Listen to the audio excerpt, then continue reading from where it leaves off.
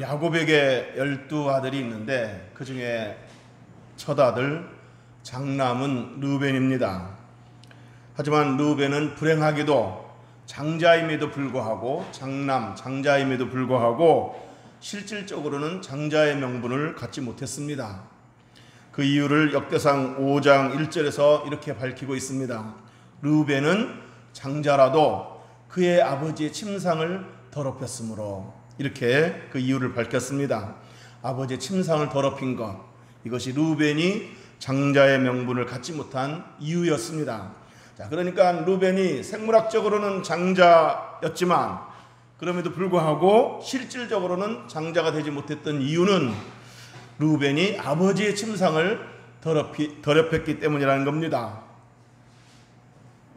어떻게 아버지의 침상을 더럽혔는가? 실제로 르우벤은 아버지의 첩이자 르우벤의 서모인 빌하와 부적절한 관계를 맺고 통간함으로 아버지의 침상을 더럽힌 적이 있었습니다.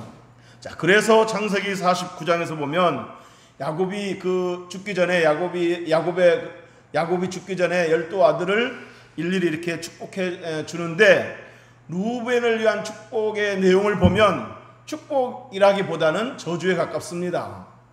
그 내용은 이겁니다. 르우벤은 이풍이 당당하고 이풍이 월등하고 권능이 탁월한 면이 있기는 하지만 물의 끓음과 같기 때문에 결코 탁월하지 못하게 될 것이다. 이런 내용입니다. 자, 이 말은 르우벤에게는 장자로서 이풍도 있고 위엄도 있고 권능, 능력, 힘도 있지만은 물의 끓음과 같기 때문에 실질적으로 장자가 되지 못할 거라는 이야기입니다. 자, 그러면 여기서 물의 끓음과 같다는 말은 무슨 말인가? 한글 성경에서는 물의 끓음과 같다라는 이 말을 영어 성경에서는 이렇게 번역해 놓았습니다.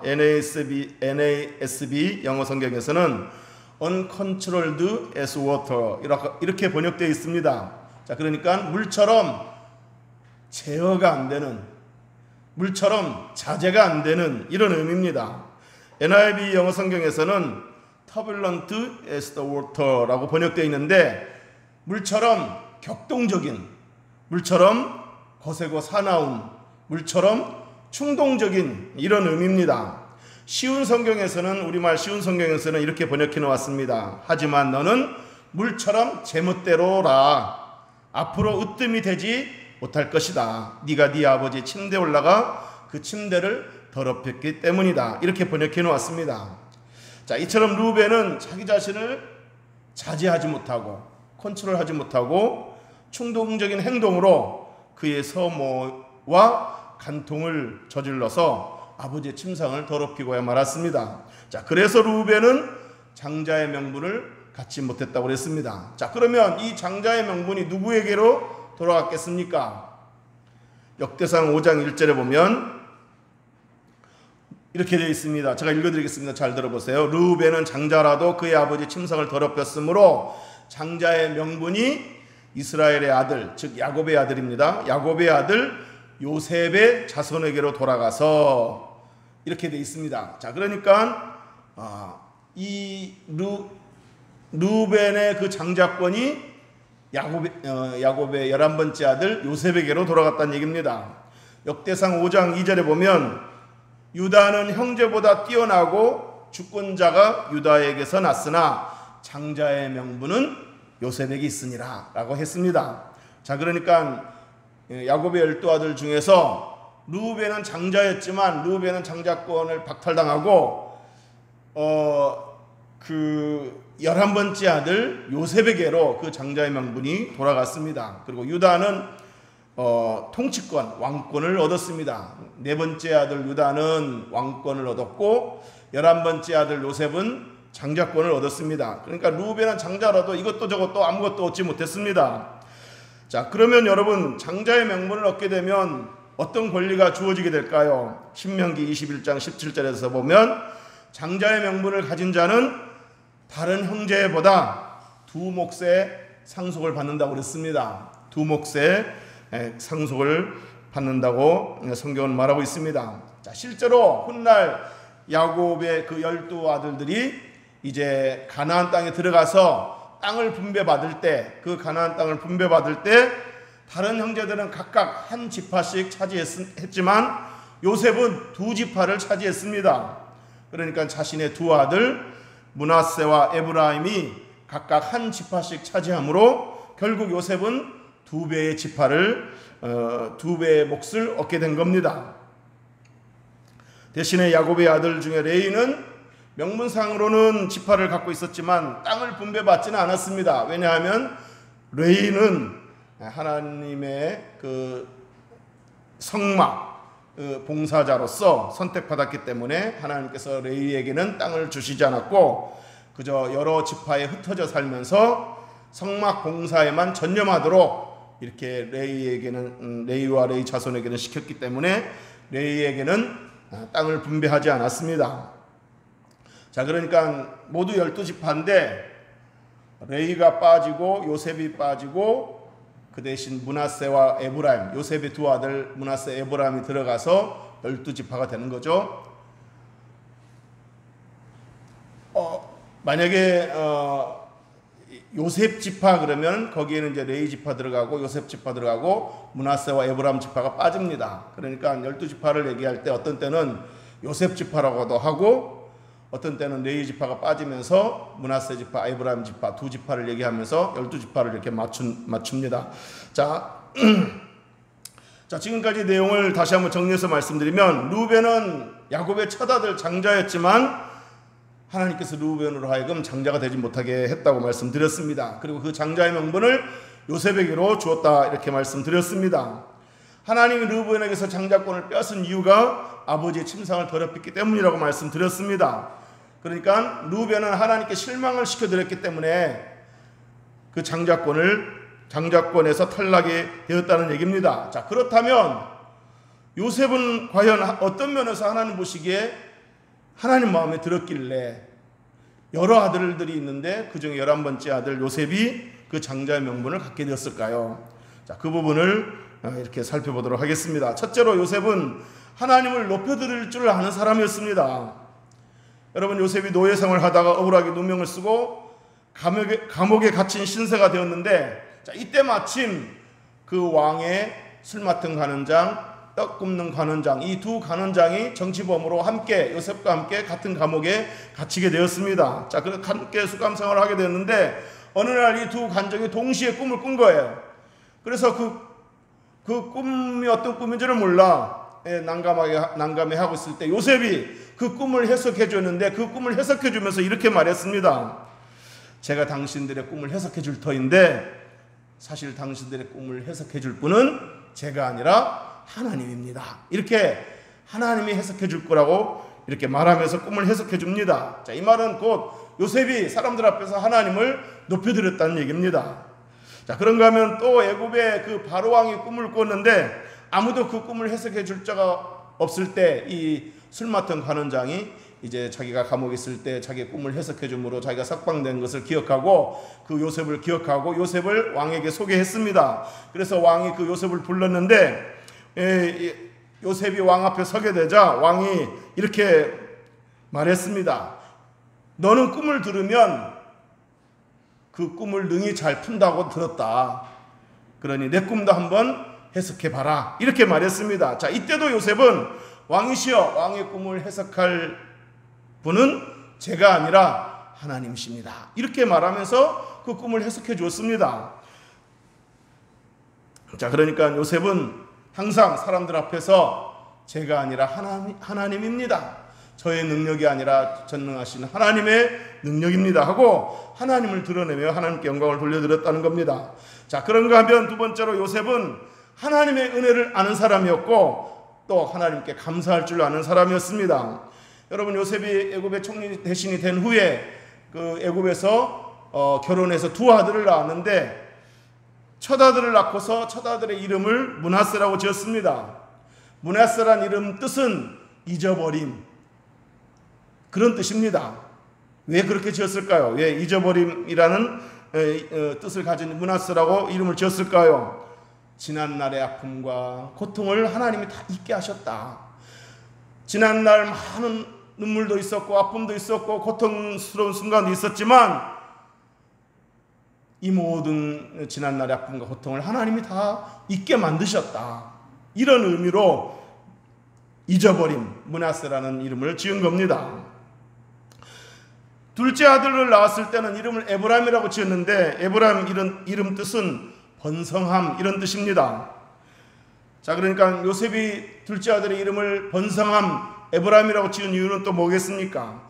하나님의 노예로 살았던 자신을 이렇게 애굽의 총리 대신이 되게 해서 자신의 삶을 이렇게 번성하게 형통하게 하셨다라는 그런 그 감사의 의미로, 그런 고백의 의미로 이 이름을 번성함 에브라임이라고 지은 겁니다.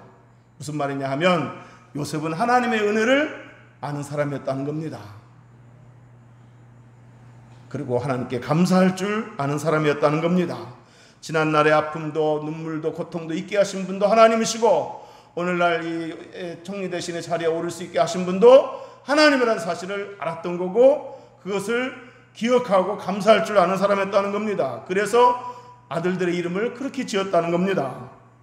자, 그런가 하면 세 번째로 요셉은 용서할 줄 아는 사람이었습니다. 요셉은 애굽의 총리 대신이 된 후에 어렸을 때 자신을 이렇게 아라비아 상인들에게 팔아버린 그래서 노예가 되게 만든 그 형들이, 원수 같은 형들이 이제 양식을 얻기 위해서 애굽에 왔을 때 딱 맞닥뜨렸을 때 어떻게 했습니까?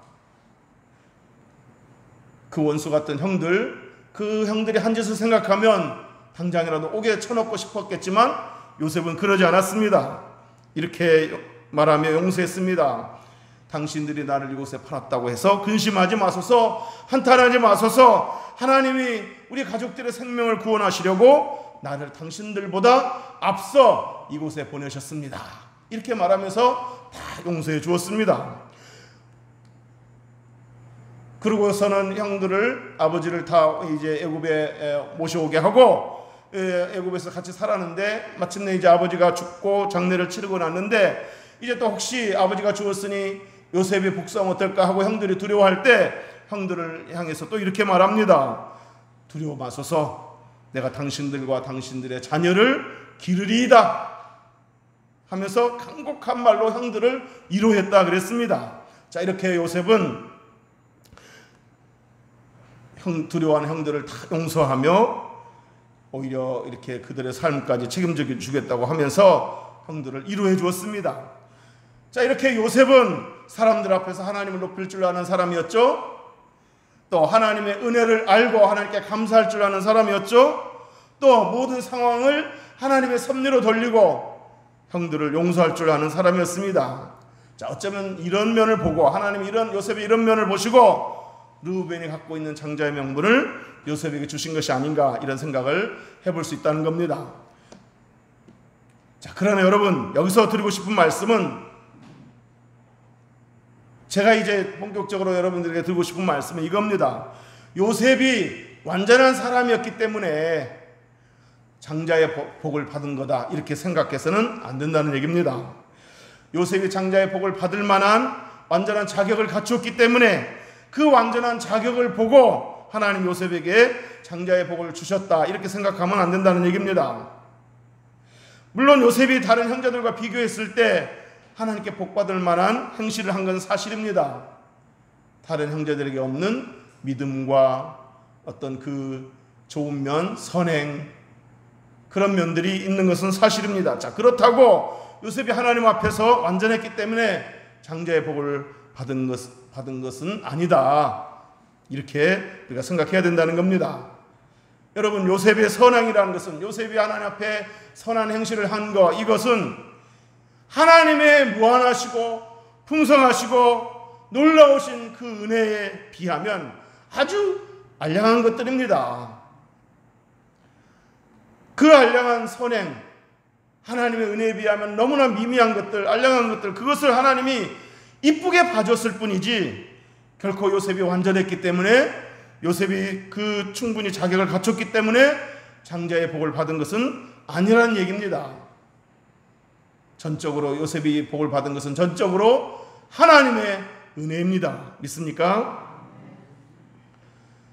물론 하나님은 순종하고 충성하는 자에게 복을 주시겠다고 말씀하셨습니다. 특별히 신명기 28장에 보면은 이렇게 하면 내가 복을 주겠다라는 복의 장이라고 할 만큼 많은 복들을 말씀하셨죠. 순종하면 내가 이렇게 복을 주겠다. 하나님 이렇게 순종하고 충성한 자에게 물론 복을 주시겠다고 말씀을 하셨습니다. 그러나 아셔야 될 것은 그 순종과 충성이 하나님 앞에서 완전해서 하나님을 완전히 충족시켰기 때문에 복을 주시는 것은 아니라는 얘기입니다. 그저 이쁘게 봐줘서 복을 주는 겁니다. 마치 손주가 사탕 봉지에서 사탕 하나를 꺼내가지고 할아버지 입에 넣어주면서 할아버지 이거 드셔요. 그럼 얼마나 이쁩니까? 얼마나 사랑스럽습니까? 그깟 사탕 하나지만 그 먹고 싶어서 먹는 것도 아니고 그냥 애기가 주니까 너무 사랑스러워서 먹는 건데 그 모습이 너무 예뻐서 사탕 하나를 바꿔서 너 뭐 먹고 싶니? 너 뭐 갖고 싶니? 하면서 더 큰 선물을 주고 싶어 하는 것처럼 마찬가지로 우리가 하나님께 드린 순종과 헌신도 바로 그와 같다고 할 수 있습니다. 우리가 하나님께 받은 은혜, 특별히 하나님의 그 아들 예수 그리스도의 보배로운 피로 우리가 구원받고 하나님의 자녀된 그 은혜에 비하면 우리가 하나님께 드린 순종과 헌신은 너무나 미미한 것들입니다. 너무 완량한 것들입니다. 또 너무나 당연한 것들입니다. 구원받은 자로서 순종하는 것은 너무나 당연한 것들입니다. 그러므로 저와 여러분이 우리가 복을 받았다고 한다면, 그리고 앞으로 더 큰 복을 받는다고 한다면, 그건 저와 여러분이 복받을 만큼 완전히 순종했고 온전히 헌신했기 때문이 아니라, 복받을 만한 자격을 갖췄기 때문이 아니라, 그저 하나님이 저와 여러분의 그 작은 믿음, 작은 헌신, 작은 순종을 이쁘게 봐준 거다, 이렇게 생각을 하셔야 될 줄로 믿습니다. 우리가 하나님께 드린 것은 너무나 미미하고 또 너무나 당연한 것들인데 그것들을 이쁘게 봐주시고 이렇게 복을, 하나님이 이 엄청난 복을, 분에 넘치는 복을 주셨습니다. 그저 황공할 뿐입니다. 그저 감사할 뿐입니다. 이렇게 고백할 수 있게 되기를 주의 이름으로 축복합니다.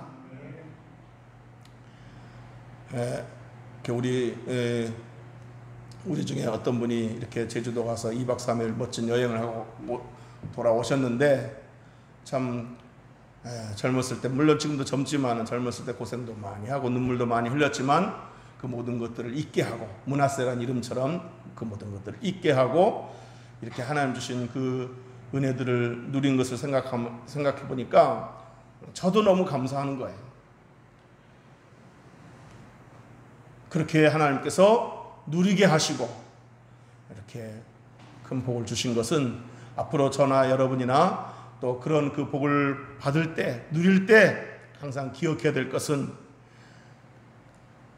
나의 작은 믿음, 나의 작은 순종, 작은 헌신을 하나님 이쁘게 봐주셔서 이렇게 분에 넘치는 복을 주셨구나. 이건 너무나 당연한 것들이고 너무나 미미한 것들인데, 하나님 은혜에 비하면 너무나 정말 보잘것없는 것들인데 이걸 이쁘게 봐주셔서 또 이렇게 갚아주시는구나, 이렇게 생각하며 감사할 수 있게 되기를 주의 이름으로 축복합니다. 자, 오늘 본문을 보겠습니다. 오늘 본문을 보면 하나님은 요셉을 가리켜 샘 곁에 무성한 가지라고 했습니다. 요셉은 무성한 가지, 곧 샘 곁에 무성한 가지라. 그 가지가 담을 넘었도다. 자, 여러분, 이 구절에서 요셉의 그 나뭇가지가 무성할 수 있고, 무성하다는 말은 푸르고 청청하다는 얘기죠. 무성할 수 있고 그 가지가 또 담장을 넘어갈 수 있게 된 원인이 뭐라고 생각하십니까? 그건 바로 요셉의 나무가 샘 곁에 있었기 때문입니다. 샘 곁에 있었기 때문에 마치 시편 1편에 나오는 그 나무가 시냇가에 심겨졌기 때문에 가뭄이 와도 항상 그 잎이 청청하고 또 시절을 쫓아 계절을 따라 열매를 맺을 수 있는 것처럼 요셉의 나뭇가지가 무성하고 그 가지가 담장을 뛰어넘을 수 있었던 것은 그 나무가, 요셉의 나무가 샘 곁에 있었기 때문에, 샘 곁에서 충분히 수분을 공급받을 수 있었기 때문입니다. 여러분, 여기서 셈은 뭘 상징하겠습니까? 바로 하나님의 은혜를 상징하는 겁니다. 은혜의 셈입니다. 그러니까 요셉이 셈 곁에 무성한 가지라는 말은 요셉이 하나님의 은혜 안에 있었기 때문에, 은혜 안에 머물러 있었기 때문에 그 가지가 무성할 수 있었던 것이고 담장을 넘을 수 있었다는 얘기입니다. 이 말을 뒤집어서 말하면 하나님의 은혜가 아니었다면 요셉은 고난을 극복할 수도 없었을 것이고, 요셉은 애굽의 총리 대신이라는 자리에도 오를 수 없었을 것이라는 이야기입니다. 여러분, 요셉이 애굽의 총리 대신이 되고 나서 지난 날을 되돌아봤을 때 어떤 생각을 했겠습니까? 지난 날 구덩이에, 형들에게 이렇게 미움받아 구덩이에 이렇게 처박혀 있을 때, 그러다가 이제 노예로 팔려서 이렇게 보디발 장군 집에서 노예 생활을 했을 때, 또 거기다가 억울하게 누명을 쓰고 감옥에 갇히는 신세가 되었을 때, 이렇게 지난 날을 이렇게 뒤돌아보면 어떤 생각이 들었겠습니까? 지나고 보니까 그 모든 순간순간, 그 모든 시간, 그 모든 장소가 하나님의 은혜의 셈이었구나, 은혜의 셈 곁에 내가 있었구나 라는 생각을 했을 거란 얘기입니다. 우리도 마찬가지입니다. 지금 막 고난을 받고 어려움을 겪을 때는 잘 모르지만 지나고 나면 그 순간이 가장 하나님의 그 불꽃 같은 눈으로부터 감찰을 받는, 그 보호를 받는, 위로를 받는 순간이었고, 그 순간이 가장 내가 의뢰의 셈에 머물러 있는 순간이었구나라고 생각을 하게 될 겁니다. 사랑하는 성도 여러분, 하나님이 함께하는 사람은 어디에 있든지 어떤 상황이 있든지 그곳이, 그 순간이 하나님의 은혜의 셈인 줄을 믿으시기를 주의 이름으로 축복합니다. 또 요셉은 총리 대신이 되고 나서 이런 생각을 했을 겁니다. 내가 하나님 은혜가 아니었으면 내가 어찌 감옥에서 벗어날 수 있겠으며, 그 답답한, 그 곤고한 그 감옥이란 시간, 감옥이란 순간, 감옥이란 장소를 어떻게 내가 벗어날 수 있었겠는가? 그리고 내가 어찌 감히 총리 대신이라는 자리에 오를 수 있었겠는가? 내가 어찌 이렇게 풍성한 삶을, 번성하는 삶을 살 수 있었겠는가? 라는 생각을 했을 겁니다. 요셉은 그것을 잘 알았기 때문에, 하나님 은혜인 줄 알았기 때문에 첫 아들의 이름을 지을 때 잊어버린 므낫세라고 이름을 지었을 것이고, 둘째 아들 그 번성한 뜻을 가진 에브라임이라고 이름을 짓지 않았겠습니까? 이제 말씀을 정리하겠습니다. 며칠 전에 호주에 있는 둘째 아들에게 이런 말씀 문자를 보냈습니다. 요한복음 15장 5절입니다. 나는 포도나무요 너희는 가지라. 그가 내 안에 내가 그 안에 있으면 거하면 사람이 열매를 많이 맺나니 나를 떠나서는 너희가 아무것도 할 수 없습니다. 그러니까 그 문자를 보내면서 제 마음은 그겁니다. 네가 거기서 아무리 애써도 네가 하나님 은혜 안에 있지 아니하면 아무런 열매도 기도할 수 없고 아무것도 할 수 없다는 사실을 깨달아. 하나님 의지하며 살라, 기도하며 살라, 예배하며 살라, 하나님 중심으로 살라. 이 메시지를 보내고 싶은 겁니다. 그 말을 구체적으로 쓰지는 않았지만은 그렇게 말씀 문자를 보내면서 늘 너를 위해서 기도하고 있다. 너도 기도해라. 이렇게 이제 간단하게 보냈는데 저도 아빠를 위해서 기도할게요 하고 답장이 왔더라고요. 사랑하는 성도 여러분, 성도는 은혜 안에 있을 때 복을 받게 되는 거고, 은혜 안에 있을 때 평강을 누리게 되고, 은혜 안에 있을 때 행복을 누리게 되는 겁니다. 그 순간이 어떤 상황이든지 그 장소가 어떤 장소든지 간에 은혜 안에 있으면 거기에 복이 있고, 거기에 기쁨이 있고, 거기에 소망이 있고, 거기에 행복이 있음을 믿으시기를 주의 이름으로 축복합니다. 반대로 우리가 은혜 안에 있지 않으면 하나님 주신 어떤 복도 누릴 수 없고, 또 어떤 그 은혜도, 어떤 열매도 기대할 수 없다는 사실을 기억하고, 하나님 은혜 안에서 하나님 중심으로 하나님 의지하며 하나님께 예배하며 살아가기를 주의 이름으로 축복합니다. 축복합니다. 기도하겠습니다.